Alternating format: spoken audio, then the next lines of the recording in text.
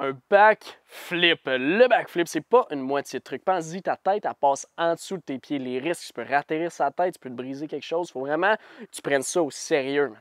Un backflip, c'est aussi la manœuvre qui va te permettre d'impressionner tous tes amis, autant en ski, tes parents qu'en trampoline. C'est vraiment une super belle manœuvre. On a un bon chantier devant nous. Attache ta tuque, ça part. La première chose à faire lorsqu'on veut faire un backflip, c'est de comprendre qu'est-ce qu'on va faire. On va visualiser, on va vouloir faire des roulades arrière pour que notre tête s'habitue à passer sous nos pieds, qu'on développe notre aerial sense avec le moins de risques possible. N'oublie pas, si tu te brises quelque chose, c'est 2 mois, pas de sport, ça vaut pas la peine. Prends le temps de faire des roulades. Puis il faut que tu en fasses une load avant de pouvoir te lancer sérieusement en backflip. Donc concrètement, ce que je vais faire, c'est que je vais venir prendre un coin de la trampoline. L'idéal, c'est d'avoir accès à un matelas pour être certain de ne pas te blesser. Mais si tu n'y as pas accès, c'est pas grave, il y a moyen de bien faire ça.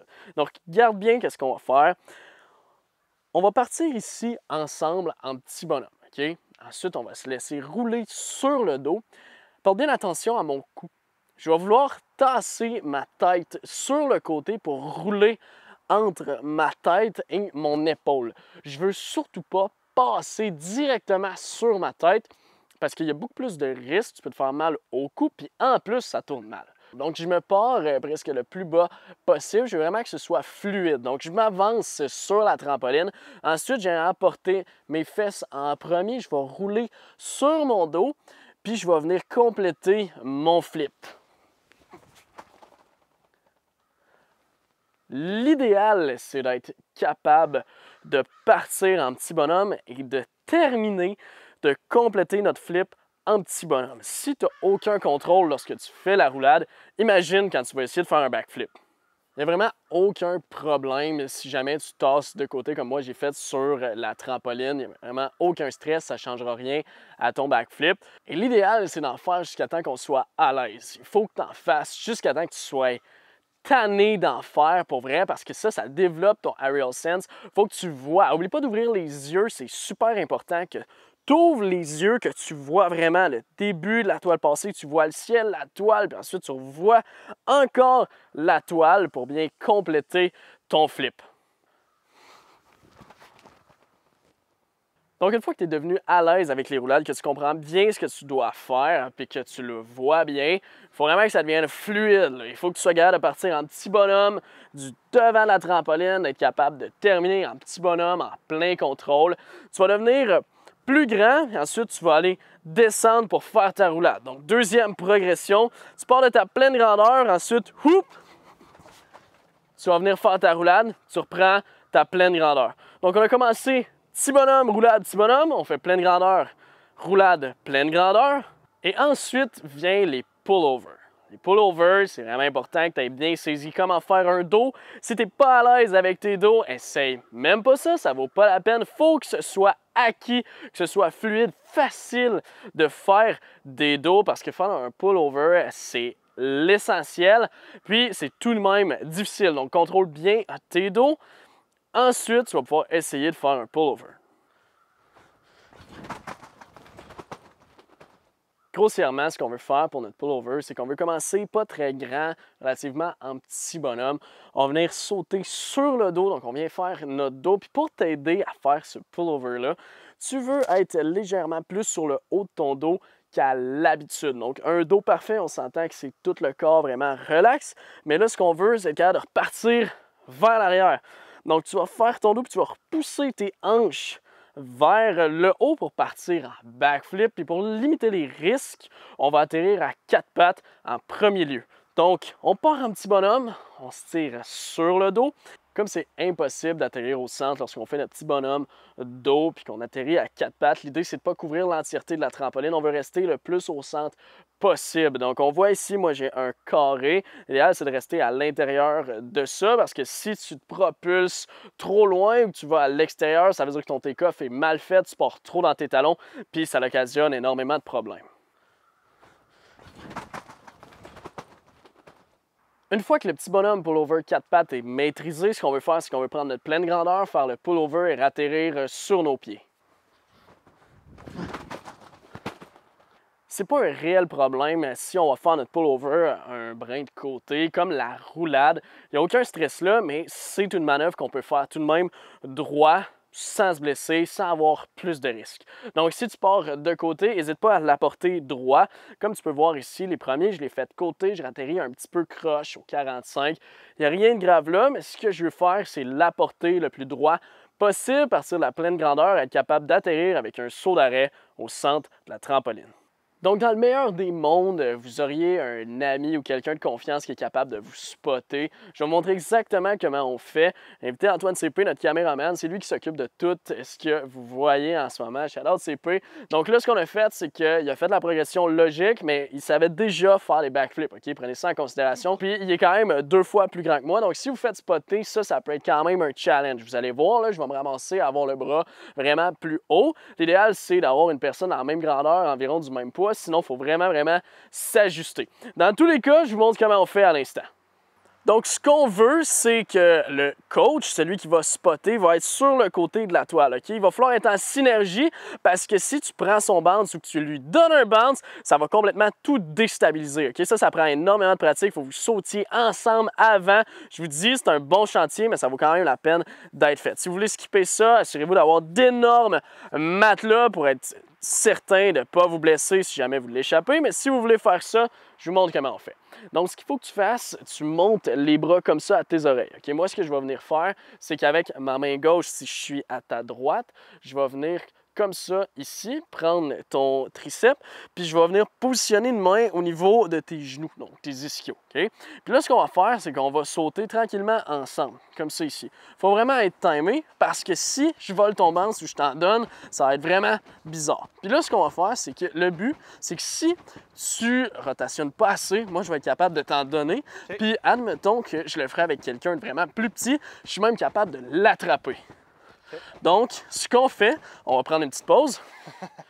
On va compter ensemble 1, 2, 3 ou go, dépendamment de qu'est-ce que vous êtes à l'aise. Moi, ce que je demande, c'est 1, 2, go! Puis on y va directement. Okay? On va faire une pratique sans le faire. Tout ce que tu vas faire, c'est que tu vas faire assis. Okay? Fait que moi, je vais juste te lâcher, prendre les positions comme ça. Je vais quand même te spotter. Mais imagine que tu ne flippes pas, que tu te choquerais. On va faire la scène. Donc, on est ensemble, on saute, on est timé. À partir de là, c'est moi qui compte. Donc, on est à 1, 2, go! On va faire un assis. Comme ça ici, tu vois, j'ai repris ton bounce, je t'ai pas laissé repartir, mais j'ai dû te lâcher parce que clairement, je peux pas t'attraper. Non, c'est ça. Donc, ce qu'on fait, si on prend la position, tu te sens-tu à l'aise? Ouais. Toujours s'assurer que celui qu'on spot est à l'aise puis qu'il est prêt, parce qu'il faut pas qu'il te choke. S'il te choke, c'est notre responsabilité puis on est tous les deux dans la misère. Donc, on veut vraiment que ça se passe bien. Dans le meilleur des cas, celui qui spot sert à rien. Donc, t'es ready? On y va. Pense pas trop à moi. Moi, je suis juste là. S'il y a quelque chose, tu toques. Donc, pas mal ready? Ouais. On est à 1, 2 et go! Donc, vous avez vu ce que j'ai fait?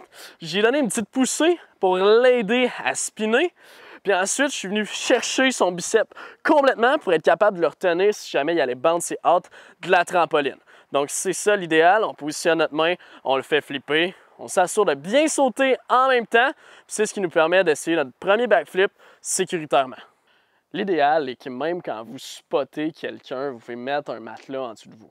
Si vous dérange énormément, je sais que ce ne sera pas le best, mais si vous avez un matelas en dessous de vous et qu'en plus vous le spottez, imaginez à quel point vous limitez les risques. T'es prêt? Ouais. 1, 2 et go! Si vous êtes rendu à le lancer seul, il faut absolument que vous sachiez comment est-ce que vous voulez atterrir. Est-ce que vous voulez atterrir à genoux, à quatre pattes, assis, debout? Ça, c'est vraiment vous qui devez le déterminer. Mais si vous ne vous sentez pas capable d'atterrir directement sur vos pieds, essayez pas de le faire. Vous allez le savoir quand vous allez être prêt à atterrir sur vos pieds. Commencez à atterrir, par exemple, à quatre pattes ou même à genoux. Le meilleur des mondes, c'est celui où est-ce que vous atterrissez à quatre pattes puis que vous savez exactement ce que vous allez faire. Ça vous permet de moins avoir de flip puis de limiter les risques. Donc, si vous êtes rendu à sender votre premier backflip tout seul, vous êtes rendu à mettre le matelas à l'arrière de vous. Donc, vous positionnez votre matelas à l'arrière de façon à ce qu'il ne vous gêne pas, que vous puissiez partir approximativement du centre de la toile. C'est sûr que si vous avez une trampoline de jardin, je peux comprendre si vous allez un petit peu à l'avant, mais assurez-vous de ne pas trop partir sur vos talons. Souvent, ce qui arrive, c'est que lorsqu'on met un matelas, on veut aller se propulser dessus. Mais ça nous cause problème parce que ça occasionne un mauvais take-off. Je vous rappelle, ce qu'on veut dans un backflip, dans toutes nos manœuvres, c'est de partir du centre et atterrir au centre. Si on ne fait pas ça, ça va occasionner énormément de problèmes. Donc, même si j'ai un matelas, je pars approximativement du centre, puis j'atterris le plus possible au centre. Donc, il faut que votre matelas soit près de vos pieds. Vous allez devoir commencer votre manœuvre en sachant déjà de quelle façon vous allez atterrir. Pour l'exemple ici, moi, je décide d'atterrir à 4 pattes. Donc, je vais commencer, je le visualise, je le sens, je le file, j'ai fait énormément de roulades. Il y a peut-être même quelqu'un qui m'a spoté. J'ai déjà eu la chance d'essayer un backflip sécuritairement avec cette personne-là. Là, je le sais, là, je suis habitué que ma tête elle passe en dessous de mes pieds. Je comprends exactement ce que je vais faire, je le vois dans ma tête. Si tu ne le vois pas, tu ne peux pas aller sur un backflip. Si tu ne comprends pas ce que tu vas faire, ça ne vaut pas la peine de juste aller te tirer et de pas... Il y a trop de risques pour rien. Visualise, comprends, je te dis, tu peux être couché dans ton lit et réfléchir à qu'est-ce que tu vas faire, comment tu vas le faire, qu'est-ce que tu vois, qu'est-ce qui se passe. Il faut que ce soit le plus réaliste possible. Donc, je suis rendu là, je le vois, je suis prêt. Je vais prendre de légers bounce. Je ne veux pas aller trop haut, mais je veux quand même être confiant. Donc là, je vais juste prendre des petits bounce comme ça ici. Là, je sais si je le fais toquer ou non. Bien entendu, pour commencer, je conseille fortement de le faire toquer. Comme on a vu l'exemple avec Antoine, on vient toquer bien comme il faut. C'est ce qui nous permet de faire notre flip. Donc, je pars ici. Je ne vais pas très haut. Il faut que je sois confiant. Puis là, je me dis, OK, je vais faire mon backflip.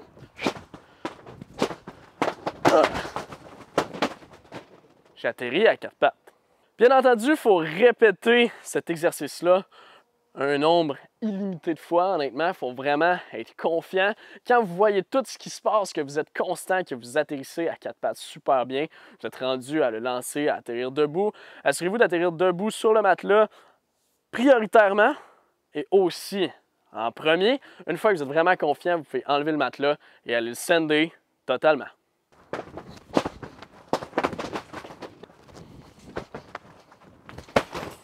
Donc, maintenant que vous connaissez vos progressions logiques, comment est-ce qu'on fait concrètement un backflip? Un backflip, le flip va venir de nos hanches. Ça, c'est le plus important. Honnêtement, si le flip vient de vos pieds, vous n'allez pas avoir le contrôle, même à ski, vous allez peut-être, si vous êtes chanceux et un peu fou, être capable de le lander, mais vous n'aurez jamais de contrôle, puis ça, c'est réellement pas ça qu'on veut. On veut que ce soit nos hanches qui lead notre rotation. Donc, on prend le temps de bien take-off, d'aller chercher notre pleine extension. Vous allez voir, je vais venir pointer les pieds puis pousser légèrement mes hanches vers l'avant. En fait, ce qui arrive, c'est pas que je vais pousser excessivement mes hanches vers l'avant, c'est plutôt que je vais arquer mon dos légèrement vers l'arrière. C'est ce qui va créer mon flip, sans oublier un point très important, celui de laisser monter mes jambes vers l'avant. Si mes pieds ils restent tout le long que je monte en dessous de moi, jamais je vais être capable de faire un backflip. Il faut qu'en arquant ton dos, tes pieds ils montent aussi. Si tu laisses tes pieds en bas et tu ne veux pas réellement faire un backflip, tu penses que tu veux faire un backflip, mais au fond de toi, tu sais que dans ta tête, tu n'es comme pas trop sûr de faire un backflip, ça ne marche pas, va faire des roulades. Retourne encore au bas, tu ne l'auras pas. Si tu n'es pas convaincu, si tu ne sais pas en dedans de toi que tu veux faire un backflip, ça ne marchera pas. Il faut que tu saches, c'est mental, il faut que dans ta tête, ça soit clair. Bon, mettons que c'est clair, on continue. J'explose, je pousse les hanches, j'arque le dos, je laisse mes pieds monter. Une fois que je suis environ au 45 puis que je suis rendu à mon apex, donc au plus haut, je vais venir flipper. Donc là, je vais venir toquer mes jambes. Je vais pousser légèrement ma tête pour être capable d'aller spotter le plus rapidement possible la toile. Dès que je la vois, je peux savoir à quelle hauteur que je suis, si je dois dégrouper comme un fou, si je dois rester groupé pour être capable d'anticiper le fait que je vais lander. Donc c'est à ce moment-là, à partir du moment que tu flippes et que là tu vois la toile, que tu peux t'ajuster.